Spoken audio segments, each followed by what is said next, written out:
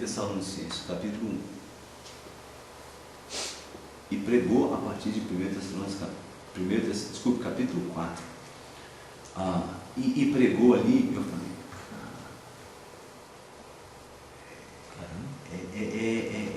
é muito bíblico o que ele está falando. Agora, ele não entrou em nenhum dos pontos de discórdia que nós temos com o catolicismo romano, lógico, mas naquilo que aconteceu foi muito bom. O louvor foi louvor. Pelo menos a gente, vamos dizer, percebia que havia assim uma atmosfera de gratidão. Sem ritualismo, né? A ênfase não era no ritual, às vezes a ênfase não era no rosário de Fátima, né? Para falar do condomínio onde a gente está. Não sei se vocês notaram. Mas era jansenista, pô. Ou seja, um calvinista católico, ó, ficou olhando. Bom, sempre.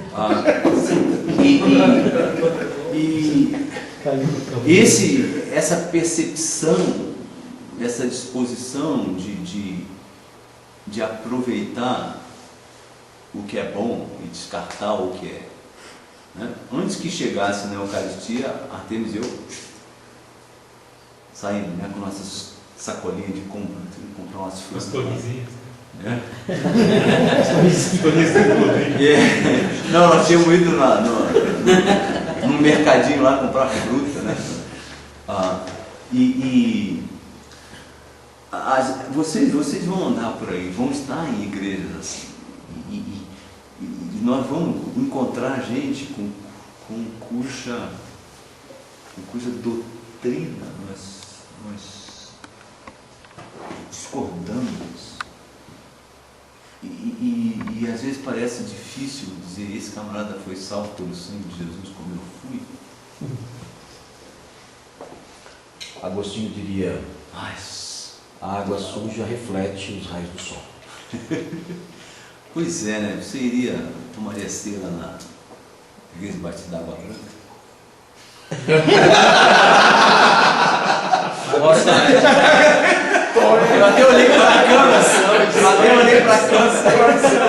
Pizza e Coca-Cola. Vocês vão entrar muito bem essa crise. Não precisa ser lá.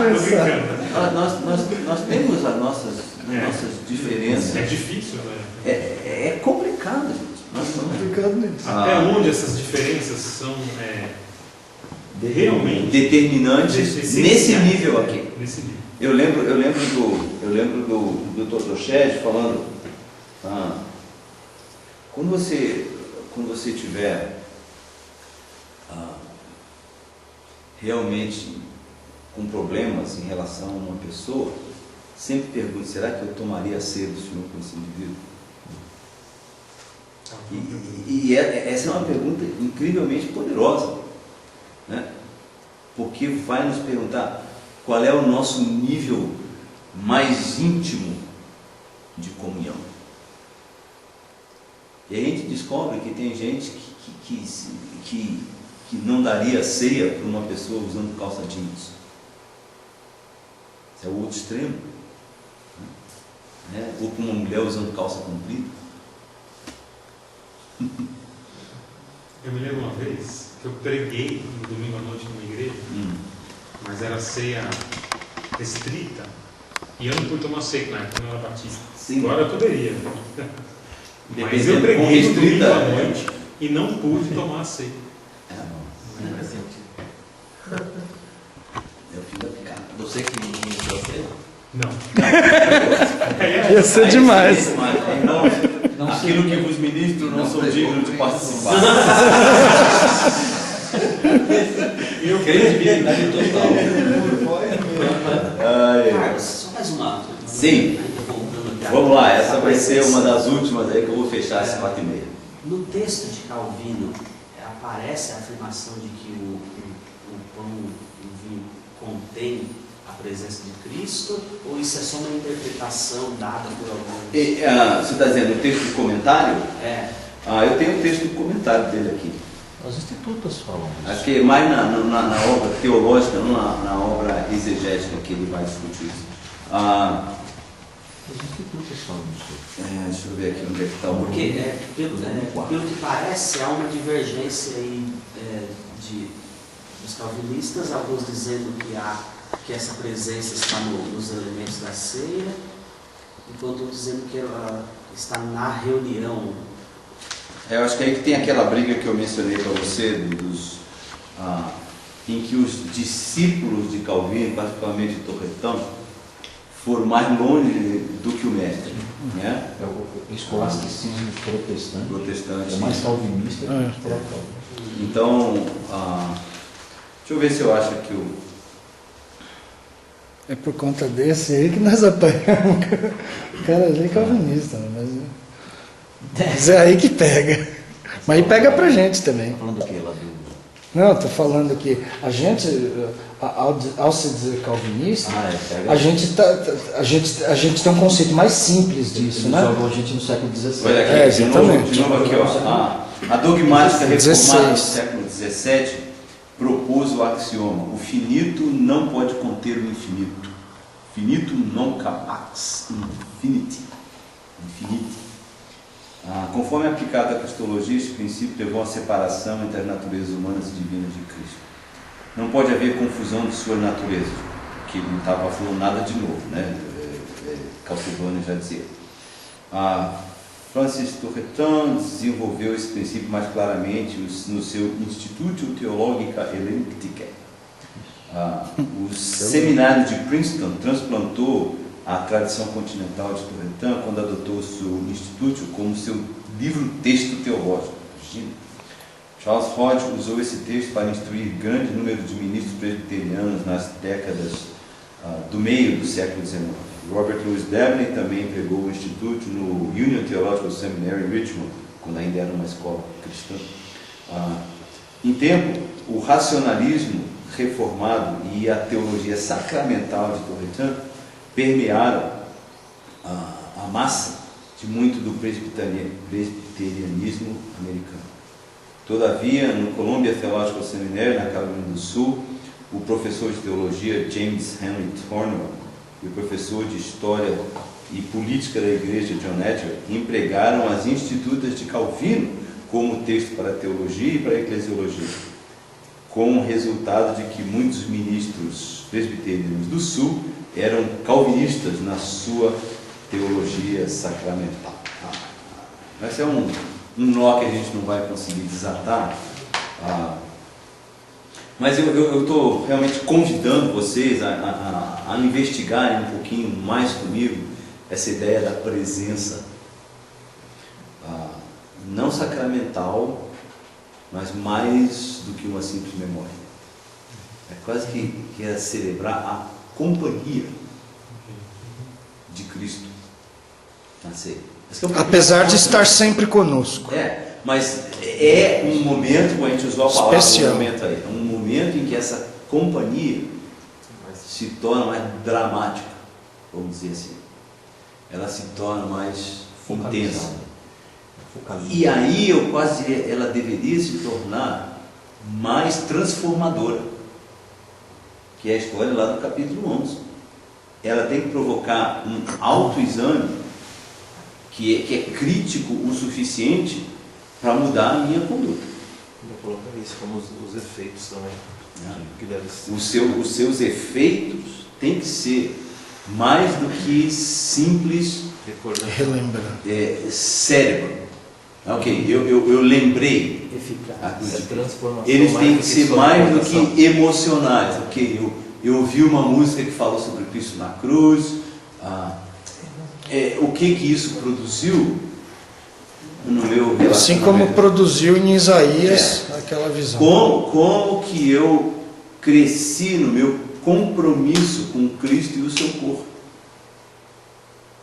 Como que eu me afastei da mesa dos demônios?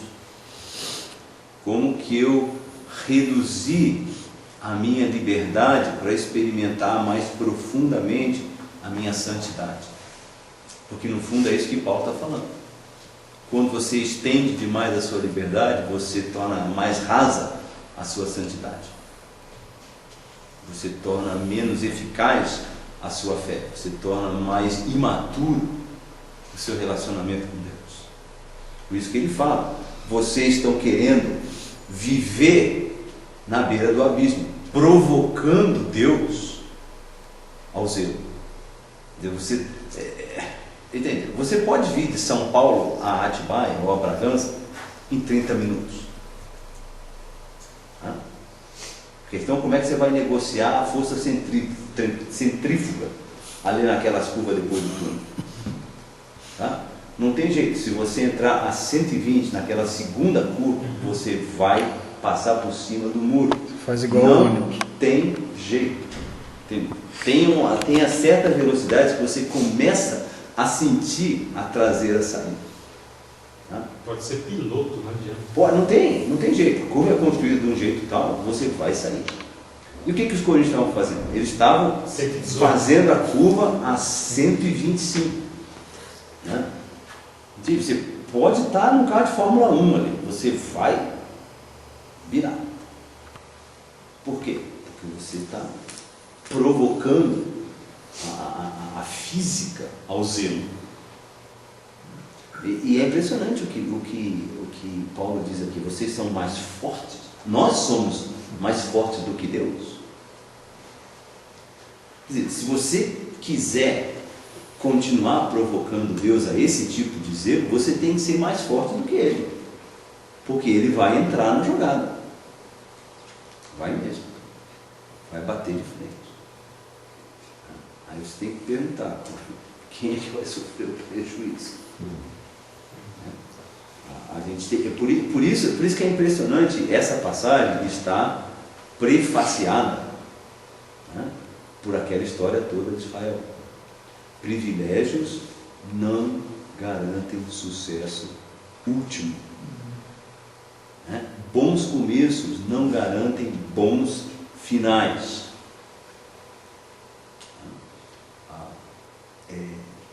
Experiências não garantem a permanência, não garantem maturidade, não garantem o desfrute último dos benefícios. O que valeu mais?